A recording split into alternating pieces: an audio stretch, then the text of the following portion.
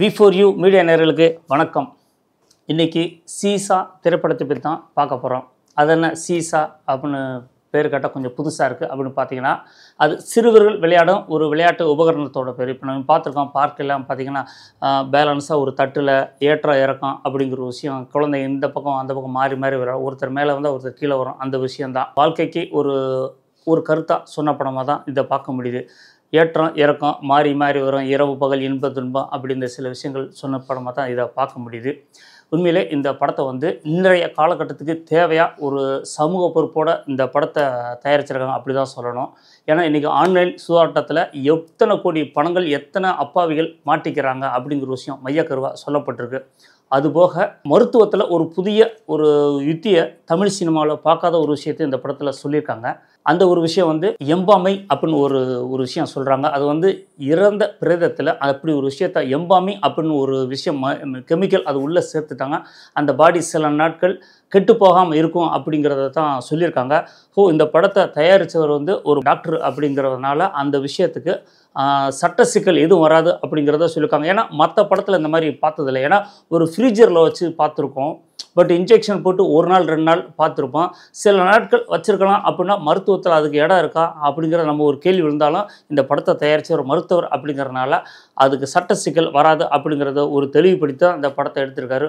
உண்மையிலே இந்த படம் அந்த மருத்துவர் கரூரில் விடியல் மருத்துவமனை, அதாவது குடிபோதைக்கு அடிமையானவங்கள்லாம் ஒரு மறுவாழ்வு மையம் அப்படின்ற மாதிரி ஒரு விஷயம் பண்ணியிருக்காரு. அந்த ஊரில் அந்த விடியல் மருத்துவமனை நடத்திட்டு வர்றாரு. ஸோ அந்த மருத்துவமனையில் குடிபோதையில் விளிம்பு போனவரை ஒரு மனுஷனை மாற்றின பெருமை இந்த தயாரிப்பாளருக்கு இந்த மருத்துவருக்கு இருந்தால் கூட அந்த தாங்கிட்ட பேஷண்ட்டாக வந்தவருக்கு இந்த படத்தை இயக்குனர் வாய்ப்பு கொடுத்து இந்த படத்தை எடுத்திருக்காரு. இந்த கதை முழுக்க முழுக்க மருத்துவரோட கதை தான்.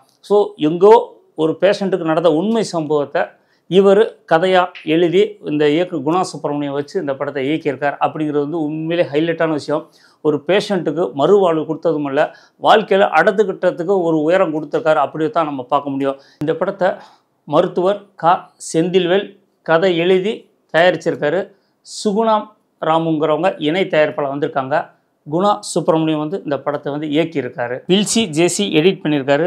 சரண்குமார் இசையமைச்சிருக்காரு. மணிவண்ணன் மற்றும் பெருமாள் ஒளிப்பதிவு செஞ்சுருக்காங்க. நட்டி என்கிற நடராஜன், நிஷாந்த் ரூஷோ, பாடினி குமார், இயக்குனர் அரவிந்த்ராஜ், நிழல் ரவி, ஜீவா ரவி, ஆதேஷ் பாலா, மூர்த்தி, RSR ரவி, அனந்தகுமார், அக்கரை பாலு, இன்னும் சிலர் நடிச்சிருக்காங்க. இந்த படத்தோட ஒன்லைன் பார்த்தா மன அழுத்தம் உள்ள மனுஷன் என்ன மாதிரி சூழ்நிலைக்கு மாற்றப்படுகிறான், அவன் அந்த சூழலுக்கு மாறுறதுக்கு என்ன காரணம் அப்படிங்கிற ஒரு விஷயம். சூதாட்டத்தில் நம்ம பொதுமக்கள் எந்த அளவுக்கு பாதிக்கிறாங்க, என்னென்ன மாதிரி நம்மளை ஏமாத்துறாங்க அப்படிங்கிற ஒரு விஷயம். அதுபோக காதல் அப்படிங்கிறது ஒருத்தனை பார்த்தோன்னே காதல் வர்றது எவ்வளோ பெரிய தப்பு, அவன் எப்படிப்பட்ட கேரக்டர், அவன் மனநிலை, அழகை பார்த்து வர்றது காதல் இல்லை, காரணமெல்லாம் வர்றதான் காதல், ஒரு காரணத்தை வச்சு வர்றது அது காதல் இல்லை அப்படின்னு ஒரு 4-5 மைய கருத்தை இந்த படத்தில் சொல்லியிருக்காங்க. நல்ல விஷயத்த சொன்னதுக்கு நிச்சயமாக இந்த தயாரிப்பாளருக்கும் இயக்குனருக்கும் ஒரு நிச்சயமான ஒரு பாராட்டை சொல்லி ஆகணும். படம் உண்மையிலே இன்றைய சமூகத்துக்கு தேவையான ஒரு நல்ல ஒரு மெசேஜ் சொன்ன படமாக தான் பார்க்க முடியுது. அதை தாண்டி இந்த படத்தில் மருத்துவர் அப்படின்றதால அவரே அந்த மருத்துவராக நடிச்சிருக்காரு. நடிப்பு அப்படிங்கிறதே தெரியாமல், அதாவது ஒரு நடிகரை மருத்துவராக நடிக்க வைக்கிறதுன்றது நம்ம அதுக்கான சில பயிற்சி எடுத்து செய்யணும். அவர் பேசிக்காக ஒரு மருத்துவர் அப்படிங்கிறனால அந்த மருத்துவ காட்சியில் சரி, அவர் ஆப்ரேஷன் செய்கிற காட்சியும் சரி, பேஷண்ட்டுக்கிட்ட பேசுகிற விஷயம் சரி, போலீஸ் என்கொயரி வரும்போது அவர்கிட்ட எப்படி ஹேண்டில் பண்ணுறது சரி, ரொம்ப யதார்த்தமாக பண்ணியிருக்காரு. ஸோ இந்த படம் நிச்சயமாக அவருக்கு வெற்றி படம் அமைஞ்சு தொடர்ந்து தமிழ் சினிமாவில் படம் எடுப்பார் அப்படிங்கிறது தெரியுது. அதுபோக தொடர்ந்து அவர் படத்தில் நடிப்பார் அப்படிங்கிற விஷயமும் தெரிய வருது. நட்டி சார் சொல்லவே வேணாம், அவர் கூட யார் நடித்தாலும் சரி இவர் தூக்கி சாப்பிட்டு போயிடுவார். இவரோட பல படங்கள் வருஷத்துக்கு ஒரு 2 படம் மிகப்பெரிய வெற்றி படத்தில் தொடர்ந்து நடிச்சுட்டு வந்துட்டுருக்காரு. நம்ம பார்த்தோம் போன வருஷம் 2-3 படம் பெரிய திருப்புமுனை அமைஞ்சிச்சு அவருக்கு. மகாராஜா இருந்தது, பழைய சதுரங்க வேட்டையாக இருக்கட்டும், அசுரனாக இருக்கட்டும், ஒவ்வொரு படத்துலையும் இவருக்கு எந்த கேரக்டர் கொடுத்தாலும் அதை சரியாக செய்யணும் அப்படிங்கிறதுல கொஞ்சம் சமாதானத்துக்கு வரமாட்டார். கூட யார் நடிக்கிறாங்கிற பேச்சுக்கும் ஒரு இடம் இல்லை. யார் நடித்தாலும் சரி இவர் கேரக்டர் தனித்துவமாக தெரியும். அந்தளவுக்கு ஒரு காட்சிக்கு உயிரோட்டமாக நடிக்கிறத பயங்கரமான ஒரு ஜாம்பவன் சொல்லலாம். அதாவது நடிப்பின் மேலே ஒரு அசுரத்தனமான ஒரு நேசம் கொண்டவர் அப்படி தான் சொல்ல முடியும். ஸோ அந்தளவுக்கு இவர் எந்த படத்துலையுமே இவரோட பெர்ஃபார்மன்ஸ் வந்து வேறு லெவலில் இருக்கும். இதுலேயும் கொஞ்சமும் சலிக்காமல் இந்த படத்தை வந்து தூக்கி முக்கால்வாசி சுமக்கிற இந்த படத்தை வந்து பேலன்ஸ் பண்ணுறதே இவரோட நடிப்பு தான், இவரோட ஆக்ஷன் சீக்வல் தான், இவருடைய துப்புரவு அந்த புலனாய்வு தான் படத்துக்கு வந்து மிகப்பெரிய பலமாக இருந்திருக்கு. அதுபோக நம்ம கதாநாயகன் வந்து அவர் வந்து ஒரு மனநோயில் வந்தால் கூட அவர் ஏன் மாறினார், அதுக்கு என்ன காரணம் அப்படிங்கிறது படத்தில் சொன்னால் கூட அந்த பெண்ணுமே ரொம்ப பிரமாதம் நடிச்சிருக்காரு. அவர் ஏற்கனவே பன்றிக்கு நன்றி, பருந்தாகாத ஊருக்குருவி இந்த படத்தில் நடித்து நம்ம ஒரு தெரிஞ்ச முகம்தான். இந்த படத்தில் வந்து இன்னும் கூடுதலாக ஒரு பெரிய ஒரு சுமையை தலையில் தூக்கி வச்சுருக்காங்க, அதை சரியாக பண்ணியிருக்காரு. அதுபோக ஆதேஷ் பாலா தமிழ் சினிமாவில் வந்து கிட்டத்தட்ட ரொம்ப வருஷம் ஒரு ட்ராவல் பண்ணிகிட்டு இருக்க ஒரு நடிகர். அவருக்கு வந்து நிறைய படங்களை பார்த்தீங்கன்னா ஒரு காட்சி 2 காட்சி சில காட்சிகள் தான் வந்து போட்டிருந்தார். வருடங்கள் ரொம்ப அவரை விட அவருக்கு பின்னாடி வந்து எத்தனையோ நடிகர்கள் முன்னாடி வந்தால் கூட இவருக்கு சரியான கதைக்களமோ சரியான வாய்ப்பு இல்லை அப்படி தான் சொல்ல முடியும். இருந்தாலும் ரொம்ப வருஷம் பயணிச்சிட்டு இருக்க ஒரு சீனியர் நடிகர் தான் அவர். இந்த படத்தில் அவருக்கு நட்டிக்கு அடுத்த ஒரு நட்டி இன்ஸ்பெக்டர்னால் இவர் வந்து எஸ்ஐயாக வந்திருக்காரு.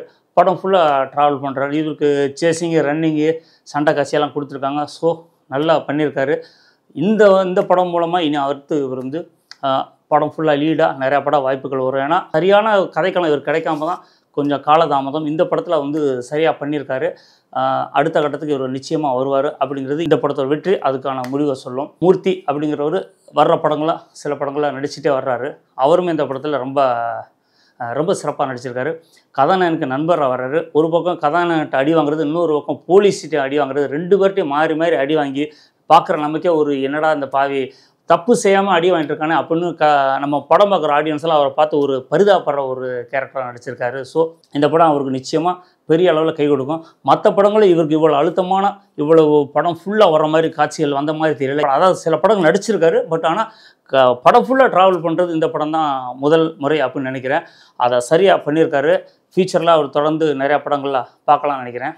அதே போல் கதாநாயகி தம்பியாக வர்ற ஆர்எஸ்ஆர் ரவி அவருமே பார்த்தீங்கன்னா நல்ல வாழ்ந்து குடும்பம் சூதாட்டத்தில் அழிஞ்சு போனால் அவரோட முடிவு எப்படி இருக்கும் அப்படிங்கிறது வந்து ஒரு வீடியோ வாய்ஸை அவர் போடுவார். அப்போ போடும்போது படம் பார்க்குற நமக்கே ஒரு சின்ன பரிதாபம் வரும். ஏன்னா நல்லா வாழ்ந்தவங்க கிட்டு போனால் அது வந்து சமூகத்தோட ஏச்சி பேச்சுக்கு நம்ம எப்படியெல்லாம் ஆளாகும், அந்த ஏச்சி பேச்சு நம்மளை எந்த அளவுக்குலாம் பாதிக்கும் அப்படிங்கிற விஷயத்துக்காண்டி இவர் எடுக்கிற முடிவு வந்து ஒரு பரிதாபமாக இருந்தால் கூட இவர் பண்ண தப்புக்கு அதுதான் தண்டனை அப்படிங்கிற விஷயத்தை சொல்லும்போது அந்த காட்சியில் இவரோட நடிப்பு வந்து ரொம்ப அழகாக இருக்குது. அதேபோல் கதாநாயகியும் ரொம்ப சிறப்பாக நடிச்சிருக்காங்க. எல்லா தொழில்நுட்ப கலைஞர் நடிகர்களும் தங்கள் நடிப்பை வந்து சரியாக பண்ணியிருக்காங்க.